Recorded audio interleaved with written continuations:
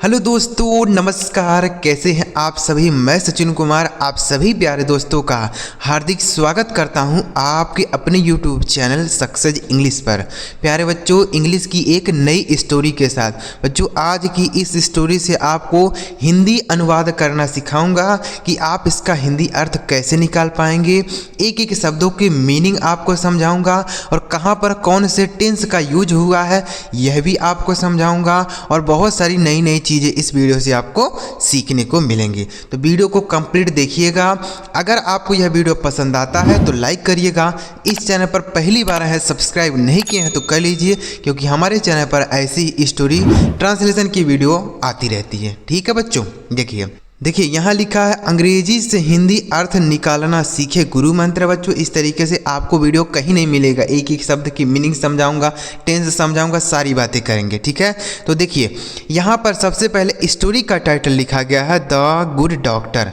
Good मतलब अच्छा, doctor मतलब डॉक्टर या चिकित्सक कह सकते हैं। ठीक है, तो भाई यहाँ पर अच्छा डॉक्टर टाइटल क्यों दिया गया है, चलिए पढ़ते हैं और स्टोरी को समझने और सीखने का प्रयास करते हैं।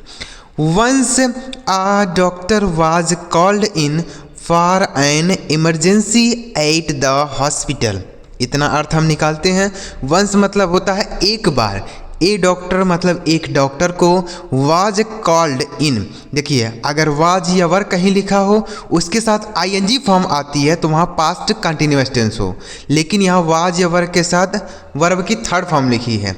तो वर्ब की थर्ड फॉर्म तब लिखी जाती है जब पैसिव वॉइस होता है। ठीक है, तो क्या हो जाएगा इसका अर्थ, ए डॉक्टर यानी एक डॉक्टर को, वाज कॉल्ड इन यानी बुलाया गया, फॉर मतलब के लिए, एन इमरजेंसी यानी आपातकालीन के लिए, एट द हॉस्पिटल मतलब अस्पताल में। एक डॉक्टर को अस्पताल में आपातकालीन के लिए बुलाएगा। आपातकालीन मतलब जैसे कोई मरीज सीरियस है तो उसको जल्दी से जल्दी इलाज होना चाहिए तो उसको हम इमरजेंसी बोलते हैं। ठीक है, तो एक डॉक्टर को आपातकालीन के लिए अस्पताल में बुलाया गया। But he reach late. But मतलब लेकिन, ही मिस वह, रीच्ड मिस पहुंचा। यहाँ देखिए रीच मतलब होता है पहुंचना, उसी का यहाँ सेकंड फॉर्म लिखा है। तो जहाँ वर्ब के सेकंड फॉर्म आए वहाँ समझ लीजिए पास्ट इंडेफिनिट टेंस है। ठीक है, तो लेकिन ही रीच्ड वह पहुंचा, लेट मतलब वह देर से पहुंचा। डॉक्टर को जो है बहुत जल्दी बुलाया गया लेकिन वह देर से पहुंचा। The patient father was furious. The patients यानी मरीज के, पेशेंट्स मतलब मरीज के, यहाँ अपस्ट्रोफी लगा है ना, इसका मतलब होता है का की के। पेशेंट्स यानी मरीज के, फादर मतलब पिता, वाज मतलब थे, फ्यूरियस मतलब आग बबूला हो गए, गुस्सा हो गए कि इतना लेट क्यों कर दिए। ठीक है, डॉक्टर के ऊपर गुस्सा हो गए कि इतना लेट भाई क्यों कर दिया, इमरजेंसी है, जल्दी बुलाया जा रहा है तो आप इतने लेट क्यों कर दिए। ठीक है, the doctor apologised for being. The doctor मतलब डॉक्टर ने, अपोलोजाइज्ड का मतलब होता है क्षमा मांगी। डॉक्टर ने क्षमा मांगी फॉर बीइंग होने के लिए, फॉर बीइंग लेट यानी देर होने के लिए डॉक्टर ने उससे क्षमा मांगी। किससे, जो मरीज के पिता थे वह जो है गुस्सा हो गए कि इतना देर क्यों कर दिए, तो डॉक्टर ने उनसे क्षमा मांगी। बट स्टिल लेकिन फिर भी, द फादर वाज फ्यूरियस लेकिन जो पिता थे, वाज मतलब थे, फ्यूरियस मतलब आग बबूला थे, गुस्सा थे। ठीक है, लेकिन फिर भी वह जो पिता थे वह गुस्सा थे। किसके पिता, मरीज के पिता। ठीक है, सो द डॉक्टर सेड इसलिए डॉक्टर ने कहा, I came as first as I could. देखिए डॉक्टर ने क्या कहा भाई, डॉक्टर ने कहा आई केम मैं आया, एज फर्स्ट एज जितना जल्दी आ सकता था, आई कुड मतलब मैं आ सकता था, जितना जल्दी मैं आ सकता था मैं उतनी जल्दी यहाँ पर आया हूँ। डॉक्टर कह रहा है भाई वही कुछ काम कर रहा होगा तो उसको टाइम नहीं मिल पाया, इसलिए वह जितना जल्दी कर सकता था उतने जल्दी काम करके वहाँ से वापस आया। ठीक है, डॉक्टर ने ऐसा कहा कि मैं जितनी जल्दी आ सकता था उतनी जल्दी यहाँ पे आया। ठीक है, I wish you did calm down so that I may do my work।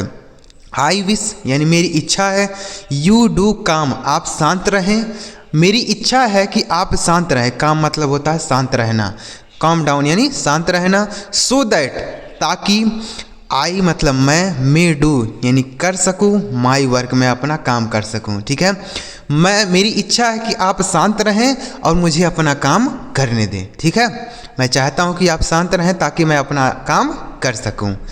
उसके बाद क्या हुआ, then he went away to the operating room. Then मतलब तब, ही मिस वह, वेंट मिस चले गए, अवे मतलब दूर, टू द ऑपरेटिंग रूम यानी ऑपरेशन वाले रूम में चले गए, जहाँ ऑपरेशन किया जाता है ना उस वाले रूम में चले गए। ठीक है, उसके बाद क्या हुआ, द सर्जरी मतलब सर्जरी, द सर्जरी मतलब ऑपरेशन, सर्जरी हुई, टूक सम आवर, द सर्जरी मतलब सर्जरी टूक मतलब चला, सम आवर मतलब कुछ घंटा। ठीक है, सर्जरी कुछ घंटा चला, बट लेकिन इट वाज सक्सेसफुल, लेकिन यह सफल रहा। ठीक है, यानी सर्जरी जो है कुछ समय तक, कोई ऑपरेशन रहा होगा उस मरीज का, ठीक है, तो उस मरीज का कुछ समय तक सर्जरी चला, उसके बाद फिर वह सक्सेसफुल रहा, मतलब वह सफल नहीं हुआ। उसके बाद क्या हुआ, the father went to ask the doctor some question. The father यानी पिता, जो मरीज के पिता थे, वेंट मतलब गए, टू आस्क मतलब पूछने के लिए। देखिए यहाँ वेंट लिखा है ना, तो गो का सेकेंड फॉर्म होता है वेंट, तो यहाँ पास्ट इंडिफिनिट है, यानी पिता गए, टू आस्क मतलब पूछने के लिए, द डॉक्टर यानी डॉक्टर से, सम क्वेश्चन यानी कुछ प्रश्नों को, जो पिता थे वह डॉक्टर से कुछ प्रश्नों को पूछने के लिए गए।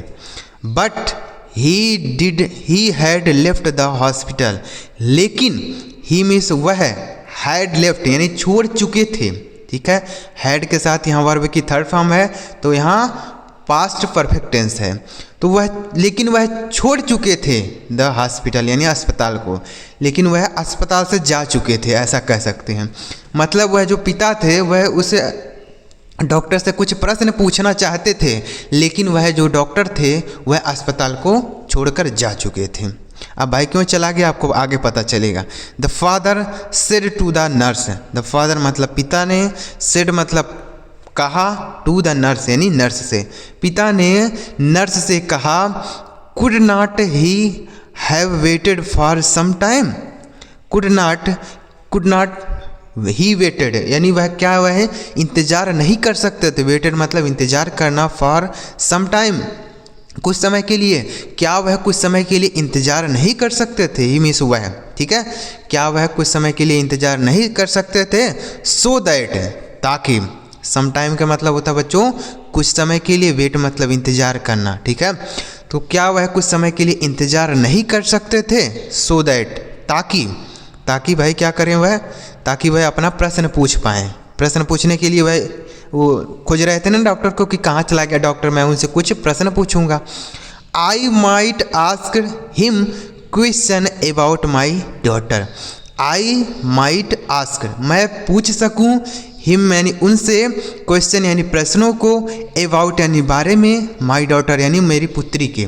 ठीक है, वह कुछ समय तक इंतज़ार नहीं कर सकते थे क्या, कि मैं उनसे जो है अपनी पुत्री के बारे में कुछ प्रश्नों को पूछ सकूं। इतना जल्दी है उनको कि इतनी जल्दी चले गए कि मैं अपने प्रश्नों का सवाल नहीं पूछ पाया, यानी जवाब नहीं पूछ पाया। द नर्स रिप्लाइड नर्स ने जवाब दिया, his son passed away in a road accident. The nurse replied यानी नर्स ने जवाब दिया, हिज सन यानी उनके बेटे, किनके बेटे, डॉक्टर के बेटे, पास्ड अवे मतलब चले गए, मतलब सीधे कह दीजिए मर गए, इन आ रोड एक्सीडेंट एक सड़क दुर्घटना में उनके बेटे जो है मर गए। ठीक है, वो नर्स ने जवाब दिया।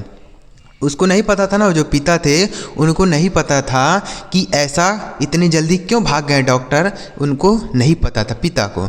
तो उस नर्स ने बताया कि उनके पिता यानी जो डॉक्टर थे उनका जो बेटा था उनके एक रोड एक्सीडेंट में मृत्यु हो गई। He was at the burial when we called him for your daughter's surgery. He was वह थे at the burial मतलब दफनाने में थे, मतलब वह अपने पुत्र को दफना रहे थे। व्हेन मतलब जब, वी कॉल्ड हिम जब हमने उनको बुलाया, तो वह अपने पुत्र को दफनाने की प्रक्रिया में थे, मतलब वह अपने पुत्र को दफना रहे थे। फॉर योर डॉटर जब आपकी पुत्री के लिए, यानी आपकी पुत्री के सर्जरी के लिए, डॉटर से सर्जरी मतलब आपकी पुत्री के सर्जरी के लिए जब उनको बुलाया गया था, तो वह जो है अपने पुत्र का दफनाना वाला काम कर रहे थे। ठीक है, अब क्या हुआ, एंड नाउ और अब देखिए क्या हो गया भाई, that he was saved your daughter's life. That मतलब कि ही मीन्स उन्होंने हैव सेव्ड यानी बचाया है, योर डॉटर्स लाइफ अपने तुम्हारे पुत्री का जीवन, लेकिन फिर भी उन्होंने अपने तुम्हारे पुत्री के जीवन को बचाया है। ही हैज़ गॉन वह चले गए, टू फिनिश यानी समाप्त करने के लिए, हिज सन्स बरियल अपने पुत्र को दफनाने की प्रक्रिया को समाप्त करने के लिए वह फिर से चले गए, तुरंत चले गए। उन्होंने सर्जरी किया, उसके बाद वह तुरंत चले गए। ठीक है, उस पिता को नहीं पता था कि उसका डॉक्टर का जो बेटा है वह मर गया है, इसलिए वह इतना गुस्सा हो रहा था ना कि भाई इतने जल्दी बुलाया जा रहा है तो इतना लेट क्यों आ रहा है। तो लेट इसलिए आ रहा था क्योंकि उसका बेटा जो है मर गया था, तो वह दफनाने की प्रक्रिया में था। तो जब काम थोड़ा समाप्त हुआ तो वह आया, उसके बाद सर्जरी करके फिर से चला गया। ठीक है, तो हम इस कहानी से सीख क्या मिलती है, नेवर जज कभी न्याय ना करे एनीवन यानी किसी को भी, विदाउट बिना नोइंग मतलब जाने द ट्रूथ यानी सच्चाई, बिना सच्चाई जाने हमें किसी को ऐसे जज नहीं करना चाहिए कि ऐसा क्यों कर रहा है। ठीक है, जब तक सच्चाई जानना ना तब तक आप ऐसा कुछ भी ना करें, क्योंकि वह पिता सच्चाई नहीं जान रहा था तो बार बार वह गुस्सा हो रहा था कि इतना लेट आप क्यों आए हैं, हमारी पुत्री को कुछ हो जाता तो क्या होता। ठीक है, तो ऐसा बार बार वह कह रहा था पिता। वह जो डॉक्टर ने उससे क्षमा भी मांगी कि भाई हमको माफ़ कर दीजिए, लेट आने में हमें थोड़ा देर हो गई। ठीक है, लेकिन वह पिता तभी गुस्सा हो गया। समझ आ गया ना। तो ये थी आज की स्टोरी आपको कैसी लगी कमेंट बॉक्स में बताना है।